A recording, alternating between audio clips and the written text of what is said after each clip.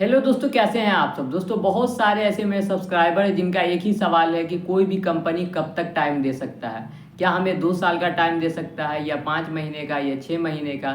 Maximum कितने दिन का हमको टाइम दे सकता है, कितना दिन में हम लोन का रीपेमेंट कर सकते हैं।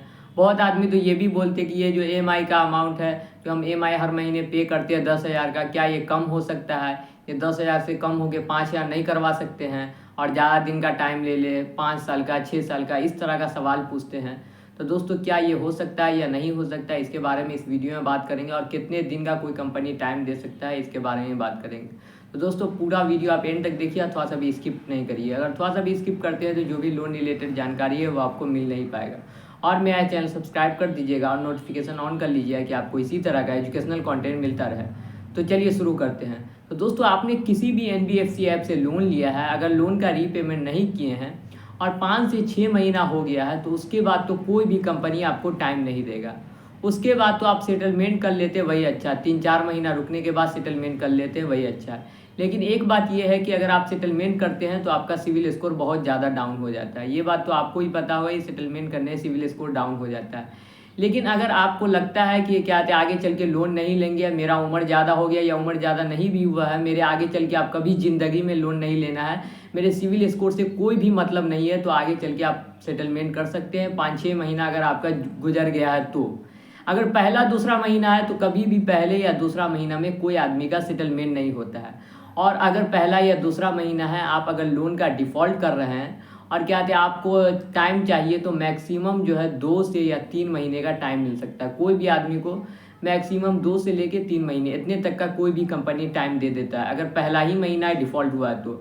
अगर आपका 5 महीना या 6 महीना या 7 महीना इतना दिन हो गया डिफ़ॉल्ट किए हुए, तो उसके बाद कोई भी कंपनी टाइम नहीं देता है। आप चाहे उसको जितना भी मेल कर लीजिए, कुछ भी कर लीजिए। अगर हो सकता है ज़्यादा टाइम देगा भी तो 1 वीक का देगा, या नहीं तो 2 वीक का देगा, इससे ज़्यादा टाइम नहीं देगा। अगर आपको 5 या 6 या 7 महीना गुजर गया, उसके बाद अगर आप उससे टाइम मांग रहे हैं तो 5-6-7 महीना गुजर गया, उसके बाद तो आपका सिविल स्कोर वैसे ही बहुत ज़्यादा नीचे कर देता है। तो उसके बाद जो है ना, आपको टाइम लेके फिर जाए पेमेंट करना अच्छा फैसला नहीं होता। हमको लगता है उसके बाद सेटलमेंट ही कर ले।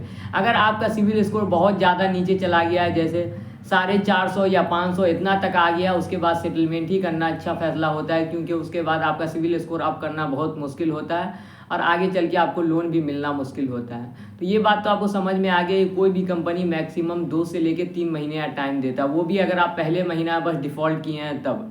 अगर बहुत ज़्यादा डिफ़ॉल्ट कर दिया, लगातार डिफ़ॉल्ट कर दिया और आपने एक बार भी उसका कॉल नहीं उठाया, तो उसके बाद जितना भी कंपनी को मेल कर लीजिए, वो कंपनी जो है टाइम नहीं देता है। और रहा EMI कम करवाने का, तो दोस्तों कोई भी कंपनी जब जो है क्या कहते हैं आपको लोन देता है, उसी वक्त फिक्स हो जाता है कि इतना EMI पे करना हर महीने, उतना EMI पे करना होता है। उसमें कम या बेस नहीं होता, उसमें सेटलमेंट हो जाता है। यहाँ तक आपका पेनाल्टी हट सकता है।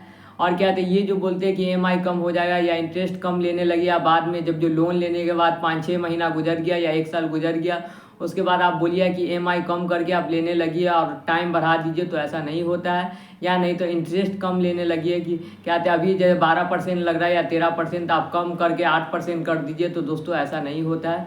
जो इंटरेस्ट जैसे लगता रहता है वैसे ही लगता रहता है।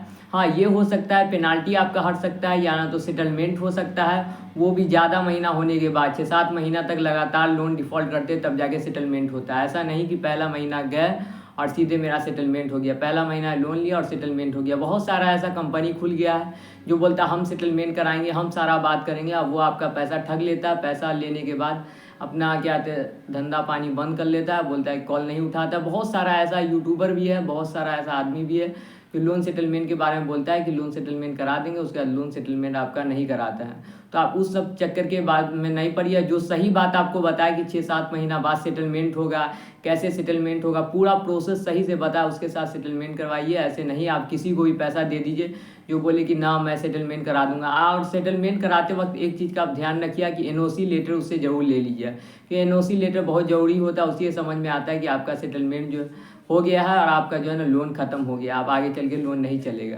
तो सेटलमेंट जब भी करवाइए तो NOC लेटर ज़रूर उससे ले लीजिए। उसके बाद जो है आप उसका पैसा दे दीजिए, जितना भी लोन का अमाउंट रहेगा वो दे दीजिए। और सेटलमेंट के वक्त एक और आदमी का सवाल रहता है, क्या सेटलमेंट का पैसा हम EMI की तरह दे सकते हैं, यानी हर महीना 5,000 या 6,000। तो दोस्तों ऐसा नहीं होता है। जब आदमी कोई भी आदमी सेटलमेंट करता है तो पूरा पैसा एक बार देना होता है। जितना भी अमाउंट बनता है, जैसे मान लीजिए कोई 1 लाख का लोन लिए हुआ है तो उसका सेटलमेंट हुआ 30,000 पे या 35,000 पे सेटलमेंट हुआ, तो पूरा पैसा एक बार देना पड़ेगा। उसके बाद जो है वो EMI की तरह नहीं पेमेंट करना होता है, वो पूरा पैसा एक बार लेता है। तो दोस्तों आपका सारा कन्फ्यूजन दूर हो गया तो मेरा चैनल सब्सक्राइब कर दीजिए और नोटिफिकेशन ऑन कर लीजिए कि आपको इसी तरह का एजुकेशनल कंटेंट आगे चल के भी मिलता रहे। अब कोई भी आपको क्वेश्चन हो तो आप कमेंट सेक्शन में पूछ सकते हैं। तो बाय दोस्तों।